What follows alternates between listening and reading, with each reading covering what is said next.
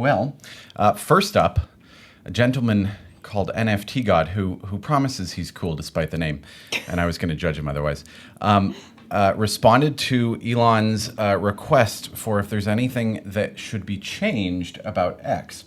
And I'm sure there's a lot of things that people want to be changed about X. That's just, that's the nature of the beast.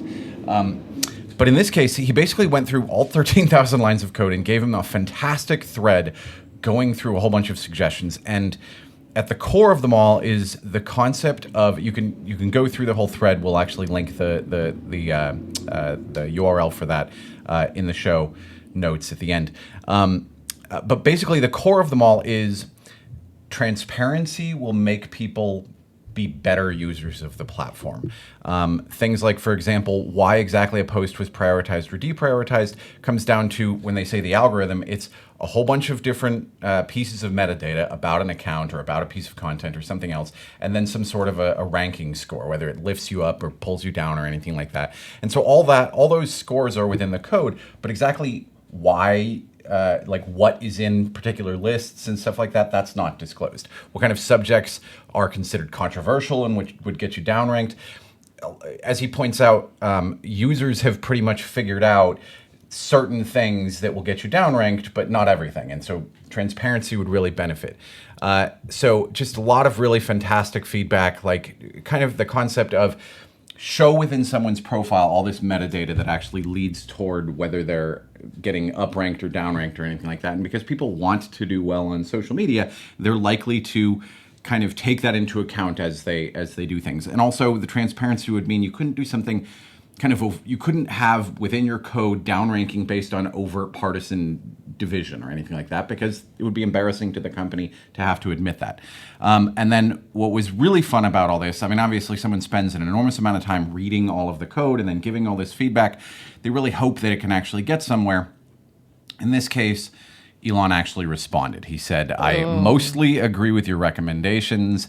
Much is already in flight. Let's circle back in a month and see what's still missing. And NFT God said, that this is basically the greatest day of his life when that happened. So, the pinnacle of his tweeting career. Yes. So very, very exciting. That was pretty awesome. Yeah. Okay, so what stuck out to me about this story is how for, I don't even know, years now, people have been speculating about why they have been shadow banned, why they have been downranked, which words, which phrases. People will spell things in weird ways. They'll say, they'll bleep themselves. They'll say, I'm talking about the bleepity bleep, right? And just... Well, I think one of the most common ones was literally, I think especially on YouTube, maybe not as much on Twitter, was just talking about the pandemic at all. If you talk about it at all, you're going to get downranked, downvoted, all these other, everything. But it was never transparent that was the case. And so what was so great about NFT God finding this list of what you would get downranked for is that, yes, some of the things people have speculated were in that list, but other things that we knew nothing about were also in that list. And so it's just that transparency issue that you're talking about, because if there are certain things that you can do or shouldn't do in order to elevate your reach, people are going to do that, right? Exactly.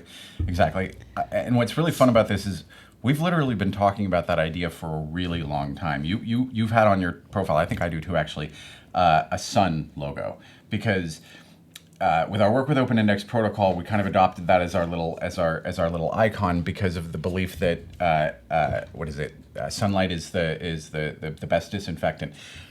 And what we mean by that is explicitly that it will improve people's behavior if they understand, if there's transparency about things. And so one of the best things that social media companies isn't just don't do any ranking, don't do any kind of, keeping track of any information, but make that metadata transparent. Make it, maybe not right on someone's profile, that might be overwhelming, obviously, that could just, bog down with a lot of information.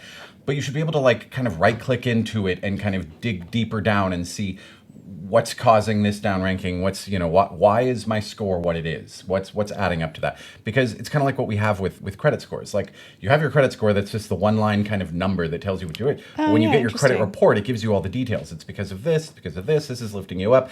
And the result of that is that people that subscribe to those kind of things are able to improve their credit score, because if they understand how they're being graded, they can improve how they're performing. Well, it's just part of that idea of fairness for creators, in my opinion, right? It's like I talk about how we're kind of sharecropping on these platforms right now, and we're working inside of an opaque rule set. And this is a step in the right direction. Hopefully, we'll see. We'll check back in a month and see how it goes. But